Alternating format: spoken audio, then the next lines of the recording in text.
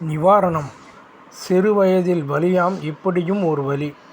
ஒரு நாள் ஆகாயத்தில் ஒரு இறக்கை கொண்டு ஒரு வாலினைக் கொண்டு பறந்தது அந்த உயிரற்ற பறவை. காற்றினை விதவிதமாக கிழித்தல் எப்படி என கற்றுக்கொள்ளலாம் அதனிடம். எனக்கு மிகப்பெரிய சந்தேகம், இதன் உண்மையான பெயரென்ன? எங்கிருந்து பிறந்தது? இதன் கூடு எங்கே? எப்படி பறக்கிறது? என்ற கேள்விகளுக்கு விடை தெரியாமல் அதன் அழகை ரசித்து கொண்டே ஆகாயத்தில் அதனை பார்த்தபடியே நடந்தேன். அப்போது ஒரு சிறுவன் கையில் ஒன்றை பிடித்தபடி ஓடி வந்து என் மேல் மோதினான். உற்று நோக்கினேன். அவனது கையை அதே ஆகாயப் பறவை. அவனை நிறுத்தி கேட்டேன், இது என்னவென்று.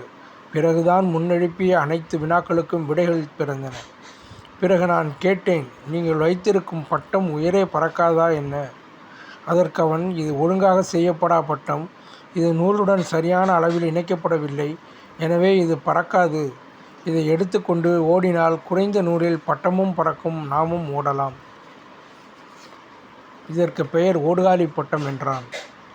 சிறுவன் சற்று நேரத்தில் என் கண்களில் மிகச் சிறியதாக தெரிந்தான். வான் நோக்கி நிமிர்ந்தேன். பல வண்ணங்களில் பட்டங்கள் இழைந்தன. அதில் ஒரு பட்டம் என் அருகில் உள்ள சோற்றிற்கு பின்னிருந்துதான் ஒருவர் இயக்கிக் கொண்டிருந்தார். என் கண்மணி பார்வைகளால் மெழுகியது அம்மாஞ்சா கயிற்றை. கண்மணி அறுபட்டதோ என்னவோ, அம்மாஞ்சாவின் கூர்மையால் வழிந்தது கண்ணீர். எனக்கென்னவோ என் கண்களுக்கு இந்நூல்தான் பட்டத்துடன் இணைந்துள்ளது என்பதில் சந்தேகமே. கண்கள் சில நேரங்களில் பல உண்மைகளை விழுங்கிவிடும். மீண்டும் நிமிர்ந்தேன். அனைத்து பட்டங்களும் எனக்கு டாட்டா சொன்னது போல் அப்படியே பார்த்து கொண்டே நகர்ந்தேன். திடீரென தரையில் தென்பட்டது மணற்பதிவு போன்ற இடம். சில நிமிடங்களில் முழங்கால் வரை எறும்புகள் போர் தொடுக்க, எத்தனை ஜென்ம ஆத்திரமோ அவைகளுக்கு என் மேல். கொடுக்குகள் அனைத்தும் கட்டி முத்தம் மட்டும் இல்லாமல் கடித்தும் முத்தமிட்டன. கொடுக்குகளை தீட்டிக்கொள்ள என் கால்கள்தான் கிடைத்தனவோ, அதன் கொடுக்குகளுக்கு என் இரத்தம்தான் பாலிஷோ. என்னை துன்புறுத்தும் முன் எறும்புகளாக தெரிந்தவை வலித்த பின் செவ்வெறும்புகளாக ஆனது. என் இரத்தம் குடித்தா என்ற ஐயம் என்னை அச்சத்தின் விளிம்பில் அமர்த்த. இச்சிந்தனைகளெல்லாம் இப்போதுதான். அப்போது எறும்புகளால் கொடுக்குகளால் வெட்டிய வேகத்தில் வலித்த வதியில் குதித்த குதியில் கதறிய கதறல்களுக்கு காற்றும் புவியுமே சாட்சி. மீண்டும் கண்களில் நீர்மணிகள் புவியை சாறை சாறையாய் முத்தமிட்டது.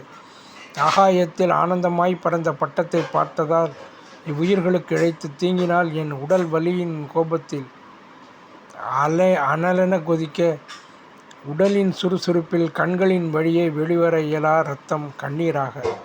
மறுநாள் முகவீக்கம் கால்வீக்கத்துடன் மருந்துகளிட்டு விட்டு எறும்பு புற்றினை சென்று பார்வையிட்டேன். புயலின் சீற்றத்தால் அழிந்து போன பகுதிகளை பார்வையிடும் பிரதமர் போல் அல்ல.